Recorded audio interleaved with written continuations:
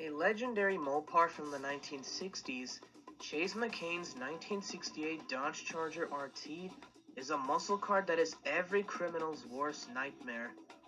Powered by a Hellcat-sourced 6.2-liter supercharged V8, this Charger has been boosted to 715 horsepower and 695 pound-feet of torque. Other modifications include heavy-duty suspension, reinforced chassis, bulletproof windows, bulletproof body, puncture-proof tires, a metal skid plate, and powerful brakes to handle the abuse of police work.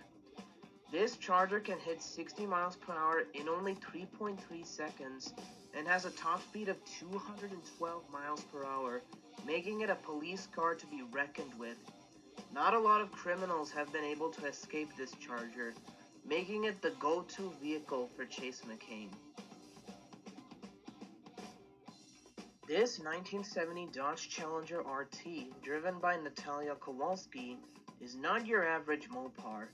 Instead of a 426 Hemi or 440 Magnum, it has a Hellcat V8 that has 710 horsepower and 670 pound-feet of torque. This car is frequently used by Natalia to assist Chase in police work. As a result, it, like Chase's Charger, has heavy-duty suspension and brakes. It also has a full metal skid plate and reinforced chassis. Not only is this Challenger a proper muscle car, but it is also Natalia's ride of choice in drag racing. She has beaten everyone who offered their pink slip to her with no difficulty. It can hit 60 miles per hour in 3.3 seconds and hit a top speed of 210 miles per hour.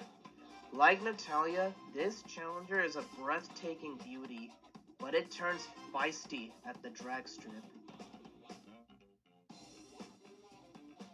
Arguably the last true muscle car of the golden age of muscle cars, Butch Patterson's 1973 Pontiac Firebird Trans Am is more than just a rebodied Camaro. It's his baby, as he bought it when he was only 19 years old. This Trans Am belonged to his grandfather, who sold it after 20 years of ownership because of health problems. After his grandfather's passing in 2003, no one knew about the whereabouts of the car until Butch came across a newspaper ad. With the help of his parents and friends, he restored it to its former glory. Powering this beast is a 7.5-liter V8, commonly known as the 455. Sadly, this engine, like every muscle car engine of the 1970s, was plagued by government regulations, only making 290 horsepower and 370 pound-feet of torque. However, that wasn't enough for Butch. He made it a car that his grandfather would have loved so much. The engine was boosted to 690 horsepower and 670 pound-feet of torque. Butch also modified it for police use. Like Chase and Natalia's cars, it has all the chassis modifications you could ever imagine. Muscly like its owner, this Trans Am is a car that you do not want to see in your rearview mirror. If you do, that means you're in big trouble. The ride of choice for goofy officer Frank Honey, the 1969 Ford Mustang Boss 302 was one of the most iconic muscle cars of its time. This Mustang is not just your typical Mustang. It was one of the best of its time. It's also one of the rarest, with only 1,628 units made. Frank's Boss 302 doesn't have the stock engine. Instead, he bought it when he saw it at a junkyard. He opted for a 5-liter Coyote V8 from a modern Mustang and gave it a 4-speed manual transmission. While Mustang drivers have a bad reputation for being idiots like Frank, he has never wrecked his Mustang. He has wrecked police vehicles in the past, but the Mustang means too much to him for it to be wrecked. He opted for this car since his parents had a '69 Mustang when they first met. It has all the police modifications, but its most special modification is the power and torque. It makes 702 horsepower and 685 pound-feet of torque. Though Frank is not muscular like this car, it's the joy of his life, as it represents the first time his parents met. This car is one that criminals dread, since it can reach 60 miles per hour in 3.4 seconds and a top speed of 208 miles per hour. Conceived as a rival to the Mustang Boss 302, the 1969 Chevrolet Camaro Z28 was GM's response to Ford taking over the muscle car world. Driven by Ellie Phillips, this Camaro has a special backstory. It was gifted to her by Frank Honey during her birthday, but this Camaro doesn't have the original 302 cubic inch V8. Instead, it has a 6.2-liter LS3 V8 from a 5th gen Camaro SS, which is mated to a 4-speed manual. The Z28 represents Ellie as a whole.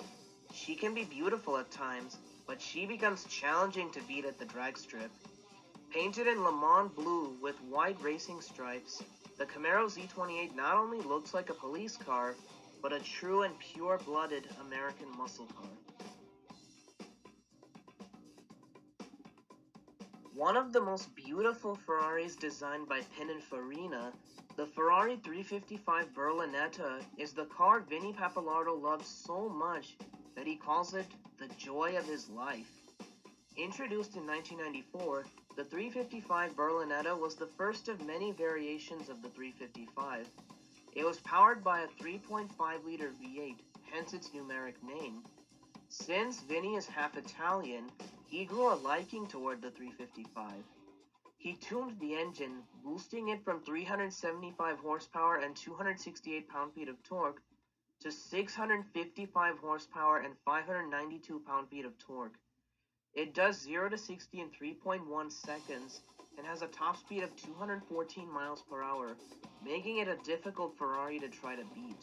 If you see this 355 in your rearview mirror, you can guarantee that Vinny wants to start a friendship with you or give you ice cream. Famously dubbed the most beautiful car in the world by Enzo Ferrari at the 1961 Geneva Motor Show, the Jaguar E-Type was a car that could easily hypnotize someone with its beauty.